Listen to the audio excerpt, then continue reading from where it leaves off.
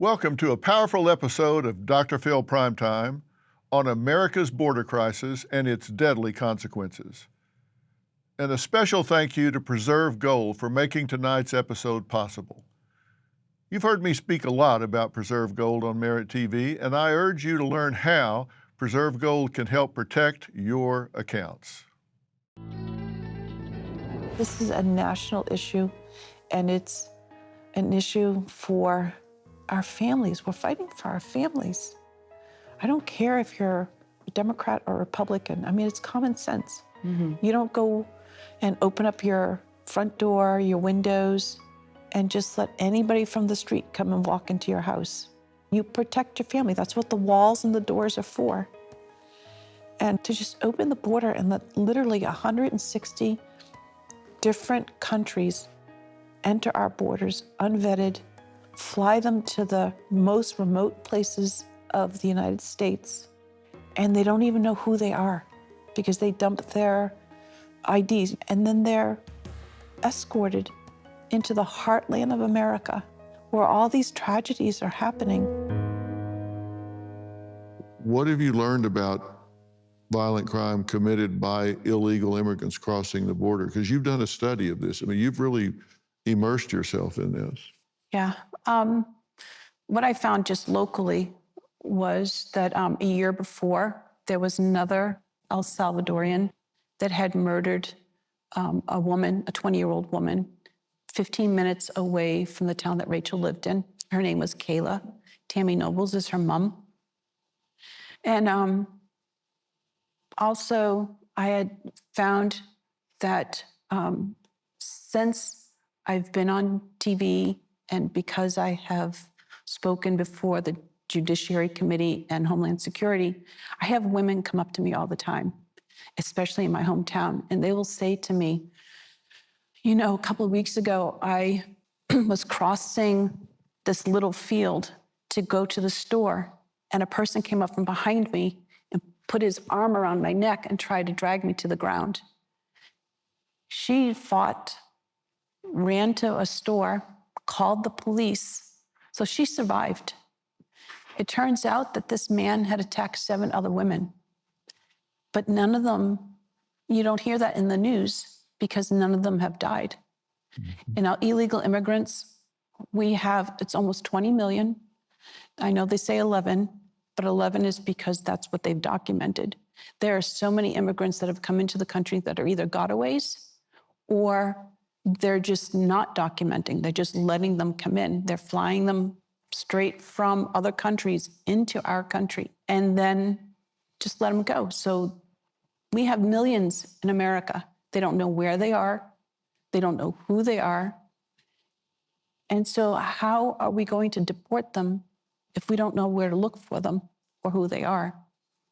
But because of it, crime is up anywhere between 37 to over 100% in just these last couple of years. And a lot of it is related to the uptick in immigration and folks coming into our country.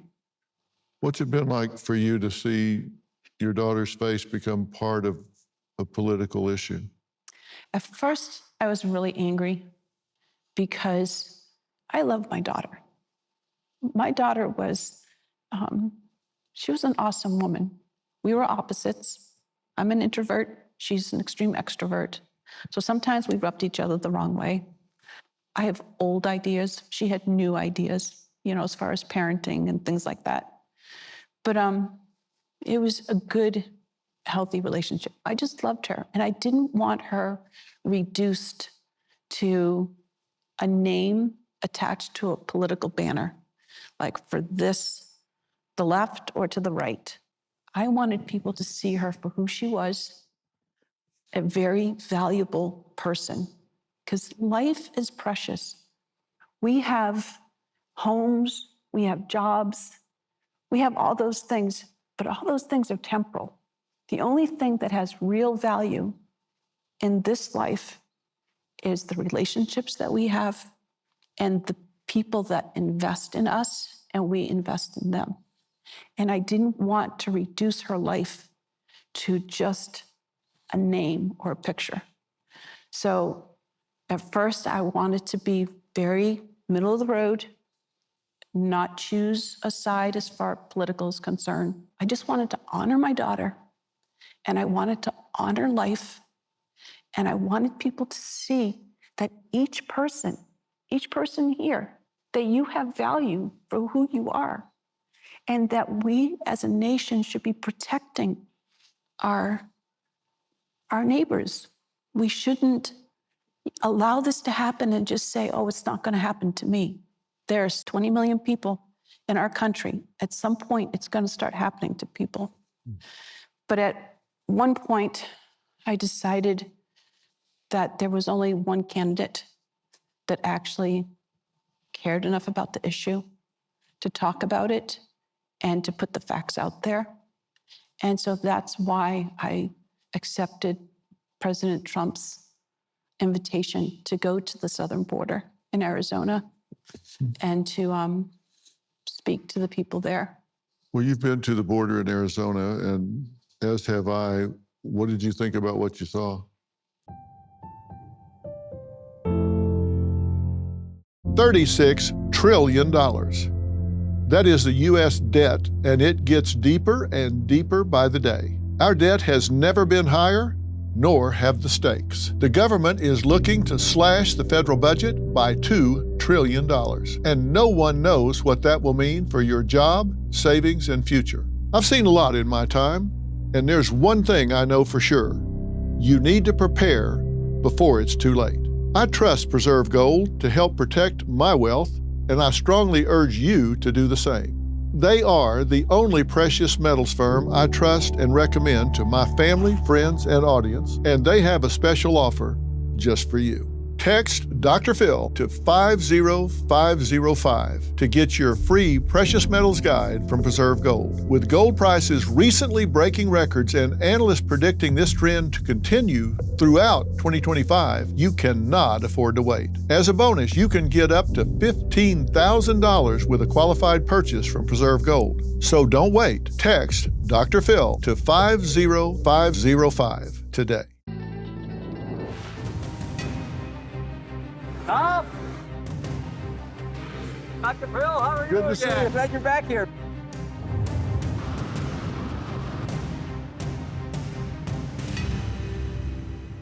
Well, I want to start here. I think it's so important before we enter this building. This is our Border Operations Center. The border is dedicated to these fine professionals, both served in the Marine Corps. Chris is my deputy on the left, and you can see the story there. This is your deputy Yep. here? Yes, Dr. Phil. He's on my interdiction team for border crimes. He can tell you a story. We didn't think he was going to make it, Dr. Phil. That's how bad this was. His brother, Josh, who works for the United States Border Patrol, former Marine also, was up in these mountains right behind us over here, attacked by two migrants. They tried to get his gun. One round went off. The gun misfired. They took his knife and cut his throat. He fought him for 7 to 8 minutes before backup got there. And this is why we dedicated this building in honor of the law enforcement men and women. They both served their country. Now they're serving their communities for us here. And that's the kind of people that work in this center. Two American heroes right there. Exactly. Were they apprehended? They were apprehended. One, I don't believe, was charged. If he did it, he got no jail time. The other one got 7 years. 7 years trying to kill a federal agent? Are you kidding me? That's unheard of. That's offensive. It's an insult for what we're trying to do on this board. Well, you've been to the border in Arizona, and as have I. What did you think about what you saw? It was so interesting. It was so interesting to see the wall. It was interesting to see the parts that weren't finished and all the wasted material. It was interesting to see how the wall actually does work and that it is impenetrable, climbing over. But the thing that really impressed me the most was speaking to the Border Patrol agents and the local sheriff. And when I was there and I met these folks, they didn't know who I was until I got up to actually speak at the podium. And but they did tell their stories. They told about how, they were shot up, and like one guy said he was shot in the shoulder, but the bullet ran down his arm and out his hand. And they showed me the bullet wounds like in their ear And they were just telling stories about things that are happening. It's a war zone down there. It's not this safe place. The people that are coming over the border, they're going to come over any way that they want. And they're criminals. They're violent.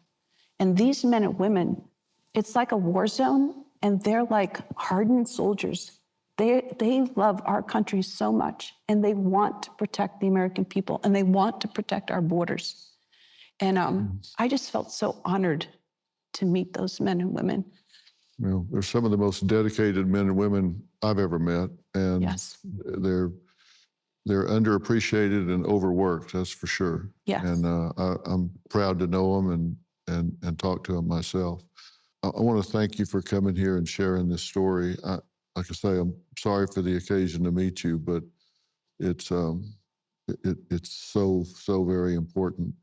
And I hope you'll keep talking about this. And you are honoring your daughter, and Thank you. I think it's important, and it is a bipartisan issue. This isn't a political party issue. This is a bipartisan issue in our country. Yes. And Randolph, thank you so much for stepping up and helping them, because you can feel really lost in the machinery and bureaucracy of government. And thank you for helping them. It'll make a huge difference, I know. Well, thank you. We hope Patty's daughter Rachel's legacy will be that no other family has to go through this. We're praying for her and for her children and her family, who loves her very much. We'll be right back.